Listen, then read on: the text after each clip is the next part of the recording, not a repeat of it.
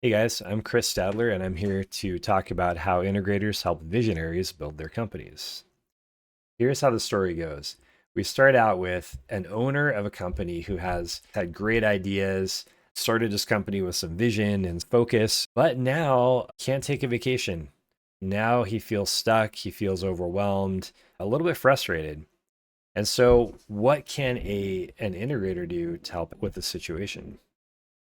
Let's take a look. The definition of a visionary is to envision things. It's not to get things done necessarily. Now you had to do that for a while when you're first starting, but there's probably nothing wrong with you. You're a very classic visionary, and your ideas are probably worth pursuing. But visionaries need integrators. And what does that mean? It's a right hand person who moves things forward, keeps tasks aligned, creates focus and accountability for your team, and then brings people and processes together. Make sure those processes that need to be repeatable get documented. So moves things forward, takes your ideas, the important ones you're committed to, and keeps them moving forward. Tasks, make sure tasks and people are aligned. Focus on accountability through an accountability chart, making sure that everybody knows their jobs and nobody drops the ball. Another way to put it, and this is really central to the whole relationship, is a lot of times I'll get told, I have an idea. I ask strategy questions like, why? Why are we doing this? And I ask questions that help align me with you. And then I'll say, sweet, does it look something like this? Maybe it's a little drawing like I'm doing here. Maybe it turns into something more organized like that. And then usually the owner or the visionary will say, yeah, exactly like that. Pretty much change a couple of things, and I think we're there. I've helped you think through the project and how much it's going to cost. That's supposed to be a dollar sign right there. And we're on our way to being able to get something done. So the question then is, how should we work? How does it work? You turn from an owner into a visionary, and there's an integrator helping you out. How does it work? You can get a full-time integrator. A lot of times these integrators are called COOs, and they're there full-time. But what if you can't afford a full-time? Personally, I'm really interested in, I think I'd get bored doing full-time integrator. I've done it before. The fresh perspective actually helps smaller companies. And so instead of paying someone a full-time salary, 150, 250,000, you get me fractionally at around 10 hours a week, and you're able to get a lot more figured out that way. And then I'm helping you guide and make decisions top down. So we make sure that strategically you're getting where you need to go. Because if you look at it one way, who cares where you are this week if you're going to be exactly where you want to be a year from now? And so that's where my thinking lies. Okay, well, let's get more specific. What does that kind of thing look like? The main tools I use are the VTO, or the Vision Traction Organizer. That's what connects us with your vision, and that's how we work top down and make sure you are in a year where you want to be.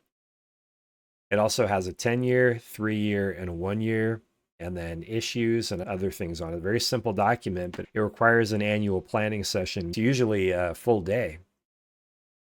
With smaller companies, we might have to flex because you can't always give a full day to a meeting. So the Vision Traction Organizer keeps us all on the same page, right? The scorecard, that's a weekly spreadsheet that gets data from the last week that helps us know, are we doing the things that are getting us to where we said we wanted to go in the VTO, right? The P&L and the cash flow statement are two really important things that I need to be able to look at, because we need to know, are we profitable? Also, do we have enough cash to keep operating, or are we going to run into a cash problem where we can't finance the activities? So those two very important things. Then there's the accountability chart, and there's one more thing. It's a meeting. It's the same page meeting, and that's where you and I get on the same page. This is the most important meeting we have because it makes sure I'm understanding exactly what you want. At a high level, I'm asking questions to make sure I understand the why, not just the what you want. If I understand the why and your goal, then you're going to be in the same spot with me that you were without me or someone like me. So let's look at how this looks on a quarterly basis. On a quarterly basis, we have a quarterly pulse. It's usually a 1-day meeting. We can split that up to 4 2-hour meetings during a week. And that is a lot easier for a lot of people to handle. Now, monthly, we're doing these same page meetings, which means, according to the Entrepreneurial Operating System, which is EOS, which is what I base all this on, we don't leave that meeting until we're clear on things. And so once we're clear on things, we'll schedule some time. We don't always have to solve everything. We just have to leave on terms where we know what's next. And then we have an L10 meeting, which is a weekly meeting. The L10 is a weekly meeting where we look at last week, we look at the scorecard, we talk about stakeholder headlines, tasks that were supposed to be done. We look at rocks, which are more like small projects that we all have, and check the status on those things. And then my favorite part, we identify, define, and solve issues that have come up since last time. So this gives us a weekly chance to do all that stuff and make sure we keep everything in front of us so nothing goes too long without being talked about and checked on.